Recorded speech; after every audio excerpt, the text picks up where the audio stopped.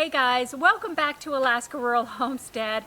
Well, I'm out here and I'm still picking berries. I'm still picking raspberries. Now, this is my second gallon of raspberries. I'm working on my third gallon of raspberries.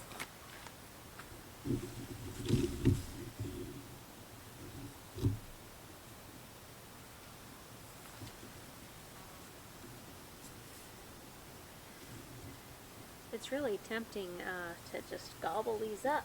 Yes, it is. You know? You just want to eat them. Right.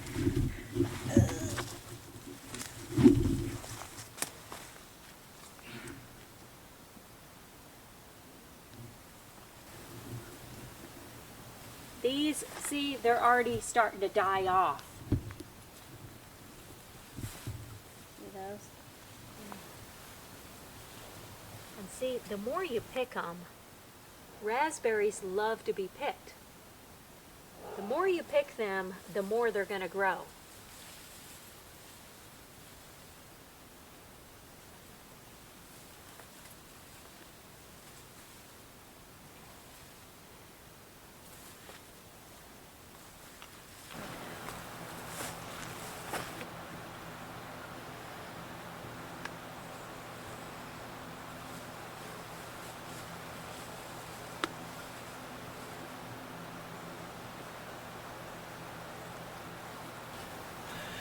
Okay, so Michelle and I have picked these wonderful raspberries and we have to do something with them, otherwise they go bad.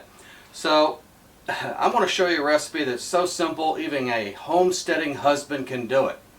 Because it's that simple and I'm not that great a cook, unlike my wife. So anyways, I've taken the raspberries here, I put 4 cups in this container and 4 cups in this container. The reason I've done that is I'm going to have 4 cups of crushed berries.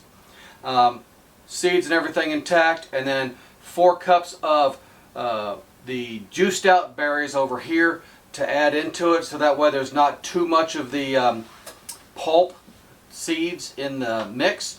Some people like it, some people don't, so it's a choice for you. I'm just showing you a way of doing it. So anyways, I'll get started. Put the berries back up here. So like I said, 4 and 4. I'm just going to go ahead and crush these to start. Real simple. Tater masher, just kind of, mash them down a little bit. Sort of like when you're making raspberry wine. You want to just kind of mush them up a little bit.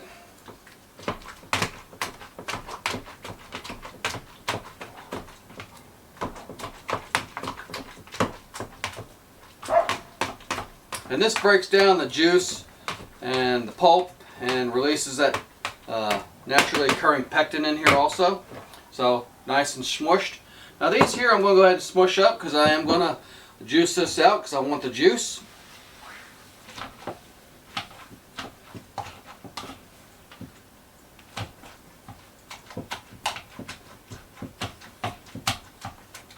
Now you could have thrown these into a food processor, blender, Vitamixer, or something like that, and it would have done it a little quicker, but on Homestead, it's all about making stuff with what you got, and a lot of times you don't have a blender.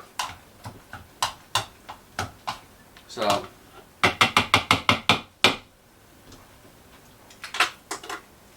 mushed up. So I've got just a regular colander and some cheesecloth that the wife has. We're going to pour this in here. Obviously with clean hands. And then we're going to gather all this up and we're going to basically squeeze it, milk it, whatever you want to call it, and get all that wonderful juice into our bowl here. There you have it. That's the majority of the juice out of this. There's just a little bit in here, which is fine. Then this is going to go in the bowl here. That's going to go out to our pigs because we don't waste it. So let me rinse my hands real quick.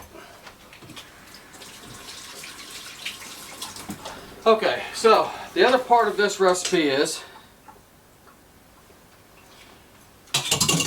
the berries and the sugar. Now this recipe calls for 6.5 cups of sugar. We use the organic cane sugar. If you can't find that, regular sugar is fine. Do not use a sugar substitute unless you use the special kind of pectin jamming stuff that's required. Don't get me to line as to what that is. You'll have to read the instructions on some of this stuff, because there again, I'm not a cook, but hey. Anyway, so you take this juice and you pour it into your little bucket here, and then you stir in your sugar.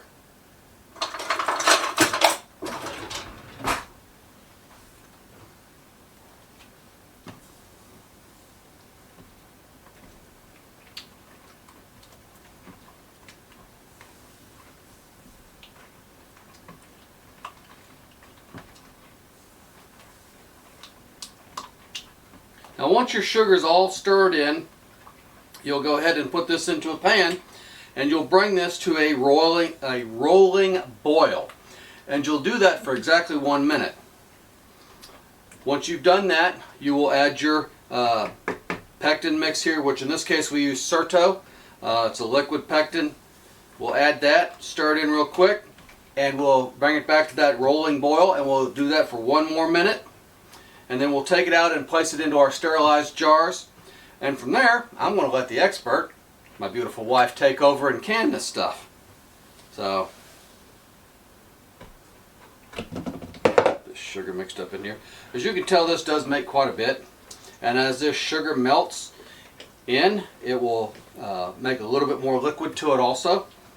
You're going to need, if you're making pints, you're going to need half pints. You're going to need 8 half pints or 4 pints to make this.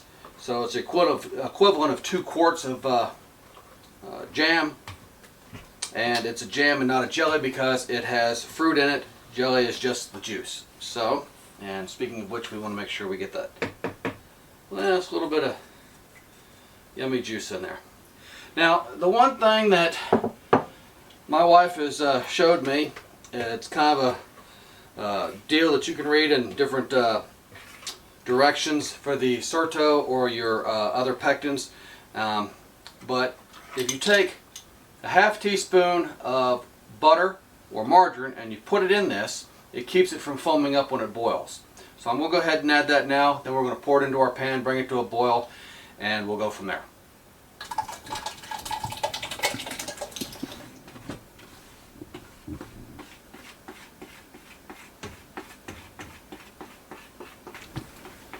Okay, so I've been boiling this, and I've just now got it up to a rolling boil.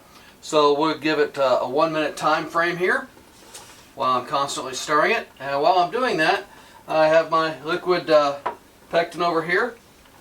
And it makes it easy if you stick it in a jar and then cut the top off. That way it kind of holds it up for you. But you don't want to stop stirring this at right this point, because if you do, it will stick. And it's not a good thing when it sticks. And I don't like to do dishes, so yeah, we're not going to let it stick. Okay, 15 more seconds and we can pour it in. My wife's laughing at me in the background here because she knows what it means.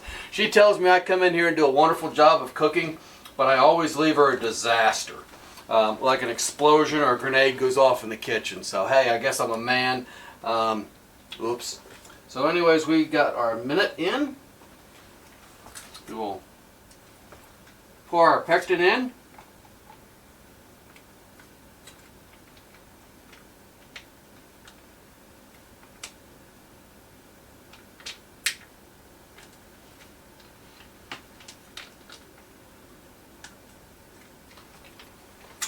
Okay, and then we bring it back to that rolling boil, and always continue to stir this. So that took me just about 30 seconds to put that in there, and it shouldn't take but just a few minutes to get it back to that rolling boil.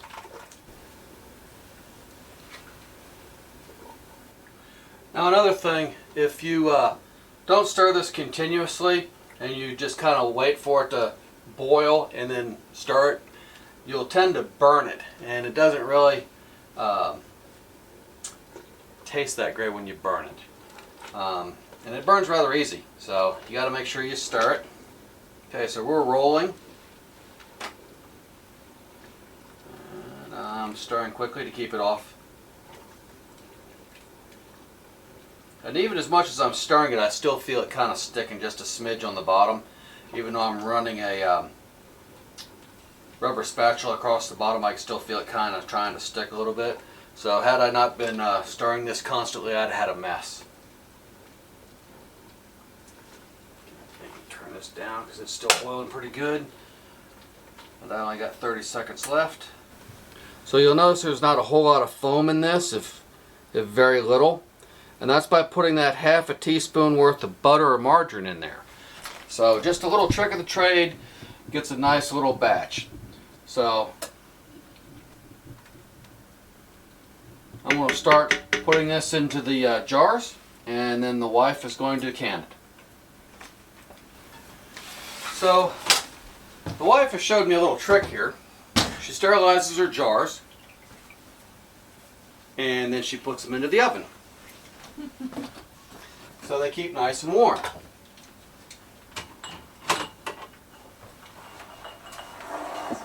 Hold on. Look. Watch out.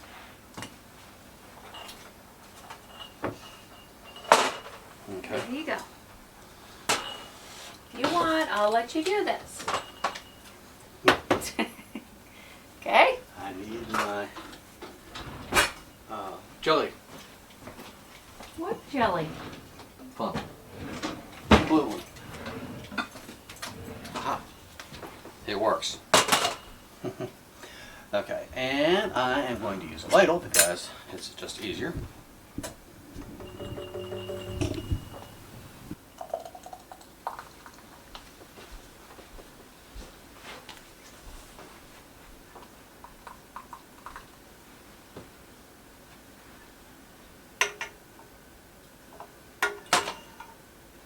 We need at least a 1/4 inch headspace. That's Hold it. on. Look what you're doing. Okay. I was waiting. Don't you just love how we do this together in the kitchen? But you know what? It's fun, and I love doing it with my wife, and I wouldn't trade it for the world for anything.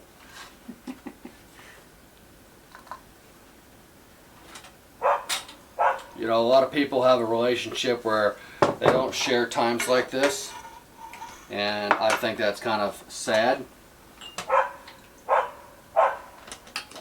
I think that you miss out in the family life when you don't. In our previous video, we went ahead and made the raspberry syrup, which is going to be delicious on pancakes and Oh yeah. and whatnot. That's going to be the Sunday treat this Sunday.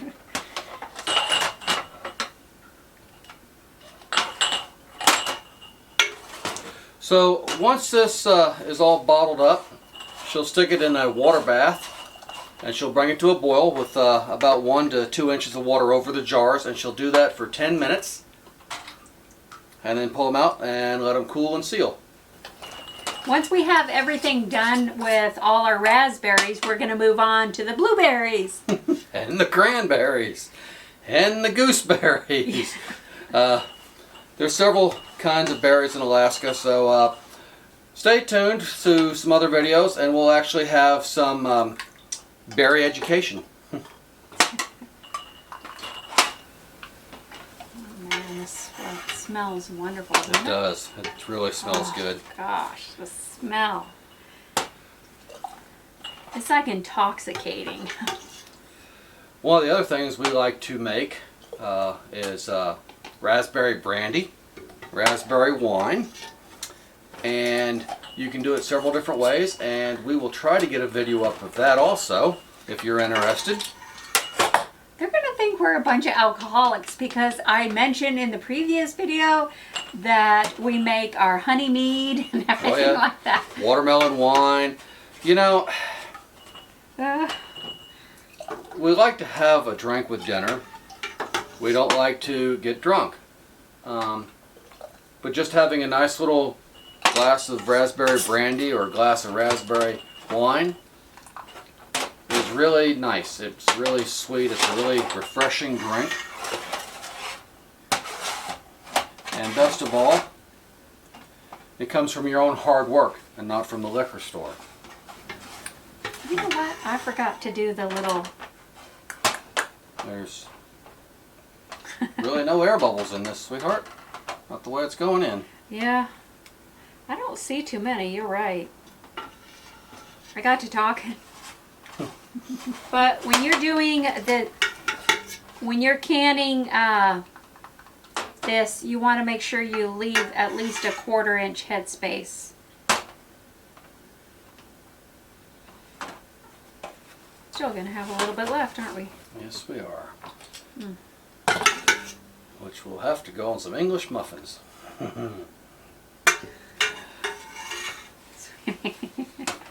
I need one more jar, honey. You got one? Somewhere?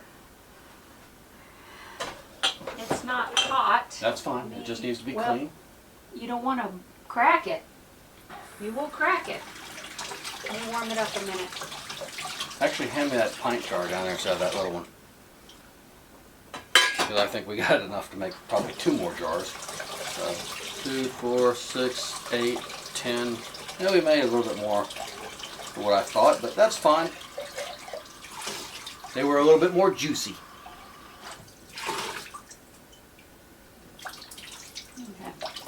Okay.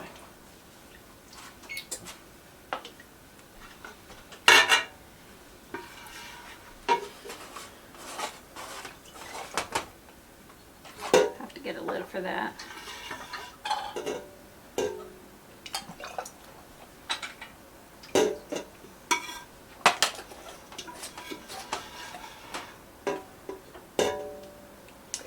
You know what? That was a bent lid. I can't use that bent lid. Okay, honey. But we could use it for that. Yeah, just to put it in the refrigerator after it cools. It doesn't have to seal. Ain't gonna last long enough.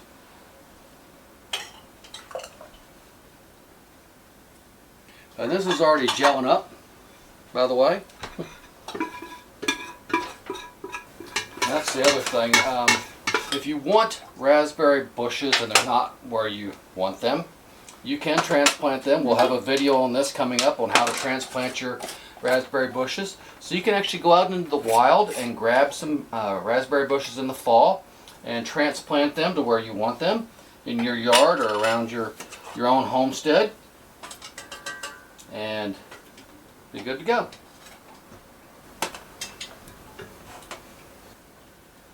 I don't want to waste a bit of this. Yum. In fact, I might have to lick the bowl. You know what? There's no age limit to licking a bowl. There's not. Okay, so when we go to put this in the water bath canner, we want at least 1 or 2 inches above the jar.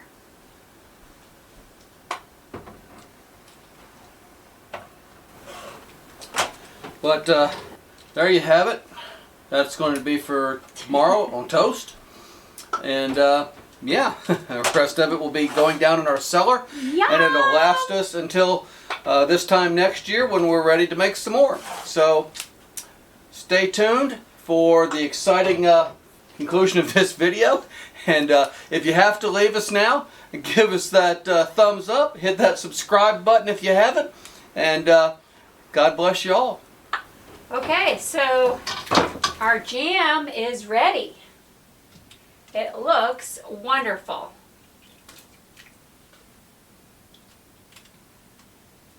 These have been in the water for 10 minutes boiling.